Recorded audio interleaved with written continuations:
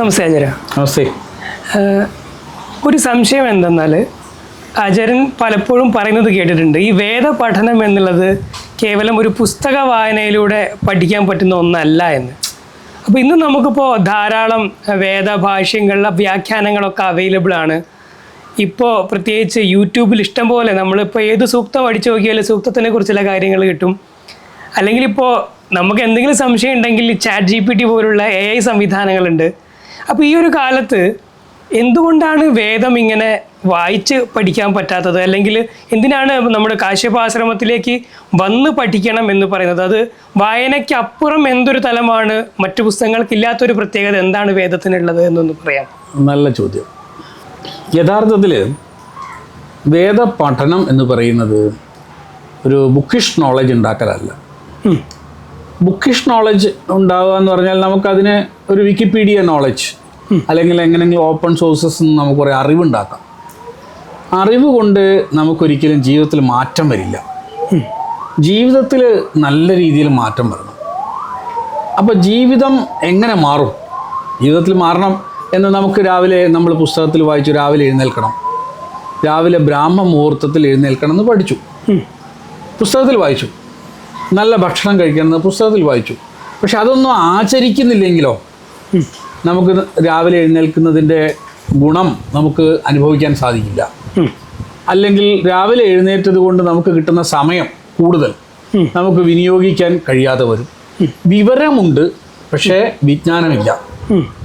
കുറേ ഇൻഫർമേഷൻസ് ഉണ്ട്, അതൊന്നും വിസ്ഡമായിട്ട് മാറുന്നില്ല. അത് വേദത്തിനും സംഭവിക്കാം. വേദത്തിനും നല്ല എന്ത് ജ്ഞാനത്തിനും അത് സംഭവിക്കാം, വേദത്തിനും അത് സംഭവിക്കാം. അതുകൊണ്ട് പഴയ കാലത്ത് നമ്മുടെ ആചാര്യന്മാർ വസിഷ്ഠ സ്മൃതി, അതേപോലെ മഹാഭാരതം അല്ലെങ്കിൽ ഭാഗവതം പോലുള്ള ഗ്രന്ഥങ്ങളിൽ പറയുന്നതെന്ന് വെച്ചാൽ ആചാരഹീനം ന പുനന്തി വേദ.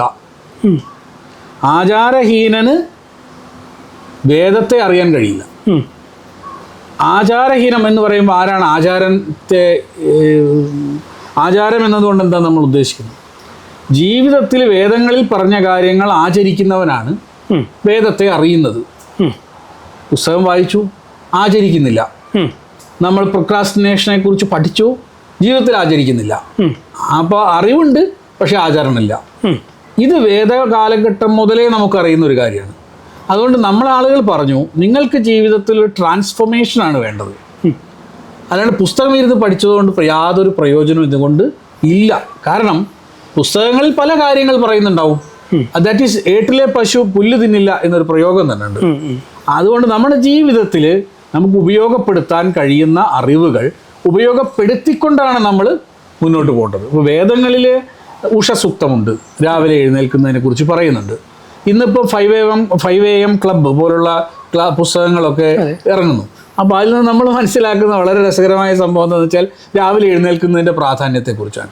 ഇത് ഉഷസൂക്തത്തിലോ അല്ലെങ്കിൽ പഴയ കാലത്തെ എത്രയോ സൂക്തങ്ങളിൽ നമ്മുടെ ഋഷിമാർ ആചരിച്ചു പോകുന്ന കാര്യങ്ങളാണ്. അതുകൊണ്ട് എന്താണെന്ന് വെച്ചാൽ അവർക്ക് നല്ല രീതിയിൽ കാര്യങ്ങൾ പഠിക്കാനുള്ള സമയം കിട്ടിയിരുന്നു. ആ ആംബിയൻസിൽ പഠിക്കുന്നത് കൊണ്ട് ഒരുപാട് പ്രയോജനം ഉണ്ടായിരുന്നു. അപ്പോൾ ഇന്ന് അതൊരു ആചരണത്തെ നമ്മളെ ജീവിതത്തിൽ എങ്ങനെ കൊണ്ടുവരാം എന്നതിനെ കുറിച്ചാണ്.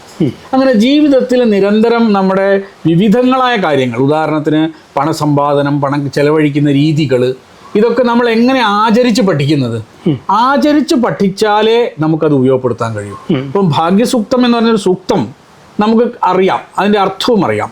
പക്ഷെ അതിനകത്ത് രാവിലെ പറയുന്ന നിങ്ങൾ രാവിലെ നിങ്ങളുടെ അഗ്നി ഉണരണം, നിങ്ങളുടെ ഉള്ളിലൊരു അഗ്നി ഉണ്ടാവണം, പ്രാതരഗ്നിം. നിങ്ങളുടെ ഉള്ളിലുള്ള ജീവാത്മാവ് ആ ഉണർവിനെ ഉൾക്കൊള്ളാൻ പാകത്തിന് തയ്യാറാവണം. വെറുതെ പഠിച്ചിട്ട് കാര്യമില്ല. അപ്പം അതുപോലെ പ്രാതരഗ്നിം പ്രാതരിന്ദ്രം ഹവാമ പ്രാതർ മിത്രാവരുണ, മിത്രന്മാരുണ്ടാവണം, സുഹൃത്തുക്കൾ ഉണ്ടാവണമെന്ന് നമ്മൾ പഠിച്ചു. പക്ഷെ സുഹൃത്തുക്കൾ ഉണ്ടാക്കാൻ നമുക്കൊരു ആളുകളെ സുഹൃത്തുക്കളാക്കാൻ പറ്റുന്നില്ലെങ്കിലോ? അങ്ങനെ ഇംഗ്ലീഷിലൊക്കെ ധാരാളം പുസ്തകങ്ങളുണ്ട്. ഹൗ ടു വിൻ ഫ്രണ്ട്സ് എന്ന് പറഞ്ഞിട്ട് ധാരാളം ഡെയിൽ കാർണഗിയെ പോലുള്ള നിരവധി ആളുകൾ ഇങ്ങനത്തെ കാര്യങ്ങളെക്കുറിച്ച് പുസ്തകം എഴുതി.